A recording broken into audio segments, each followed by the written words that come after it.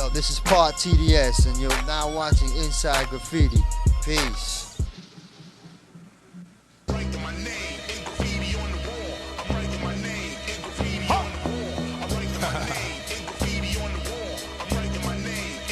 All graffiti artists hold tight.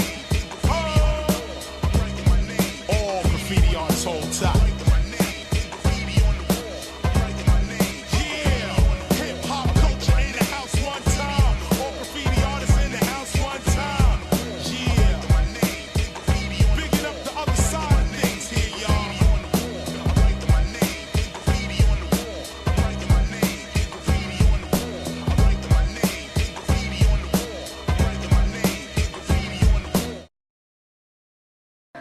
What's up? I'm SEN ONE, the original SEN ONE IBM crew, MOS crew, FC crew, all those crews down the line from the Upper West Side.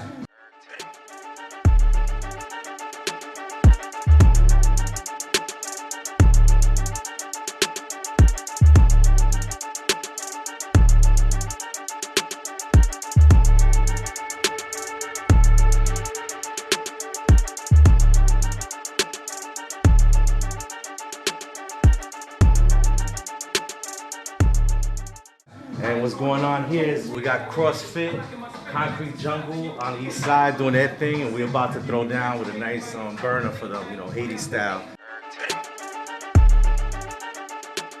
And the Concrete Jungle is really what's going up here. We're gonna do the traditional Upper West Side Muggsy. See, the Muggsy character dates back from the 80s, early 80s. Very early 80s, probably from like 80, 81. And it's by Doze Green, created by Doze Green out of Rocksteady Crew. And he represented the B-boys and the hip-hoppers of that era. And what they did was, the Upper West Side, with Ken Swift, Frosty Freeze, and all those iconic legends, was that he created a character. First it was the Mojo character, and it was a little simpler. It had an afro, it had ski glasses, and that evolved to being the Muggsy, which more represented us as people of color in this city. We needed characters. And then years later, being that those were the first kids to take hip-hop around the world, Muggsy went out around the world and actually influenced Japanese animation today. And if you look at it, this is from the 80s, and if you look at the Japanese animation today, you'll see everything from the eyes, the expressions, everything, and it dates back to us, baby. Well, today we're keeping it pretty simple, and we hitting it with this new Montana joints with the hardcores, which are nice, beautiful. They are semi-gloss, and the colors are pretty much matching the gym's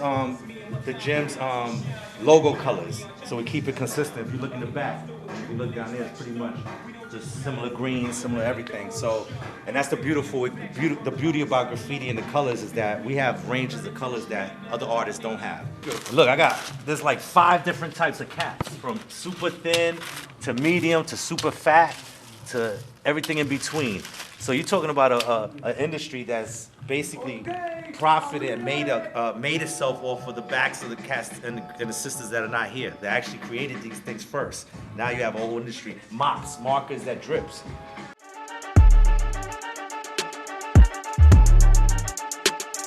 We gotta keep it clean. That's one of the most important things when you're doing something for a client, especially a business. It has to, even if it is graffiti, at the end of the day, it has to come out as clean and professional as possible, so that it looks like it belongs there as a logo, like a professional company did it. Especially since we're using aerosol, it gets all over the place.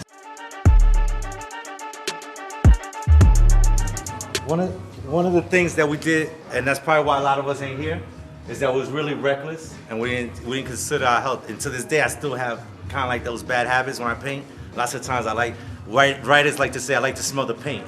Respirators you have to have. This paint eats up your lungs like it's nothing. It'll definitely kill you. And should be on top of your list. Before you even consider paint, you have to consider what you need as an artist to do your thing. It's about 30, 40 bucks. The filters are for like asbestos and stuff. Anything that's for dust, because there's fumes. But you definitely need one of these. See, graffiti is like like Banksy, for instance, went crazy when he came to New York. His stuff is worth a lot of money worldwide. Yeah. People cutting out walls to sell it. So he's accepted, but then the hip hop graffiti artist isn't. So let's break that down real quick. The Banksy and graffiti street artists are graffiti artists because that's under the definition. Under the definition of what graffiti is, applying your name to a wall, applying words to a wall, whatever it is, art to a wall.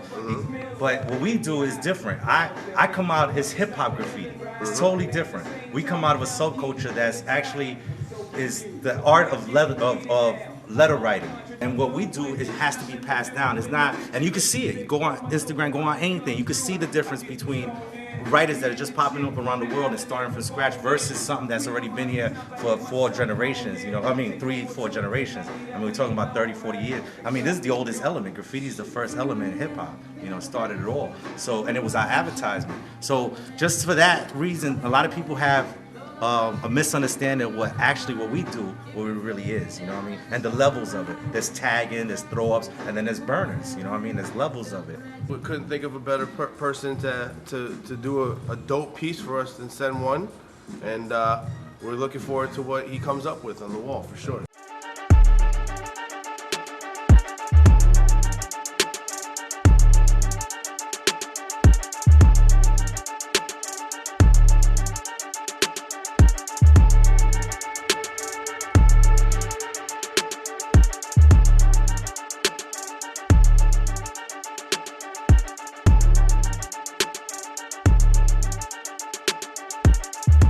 Anybody that wants to come in, work out, get a hardcore workout, come over to CrossFit Concrete Jungle on 94th between 1st and 2nd.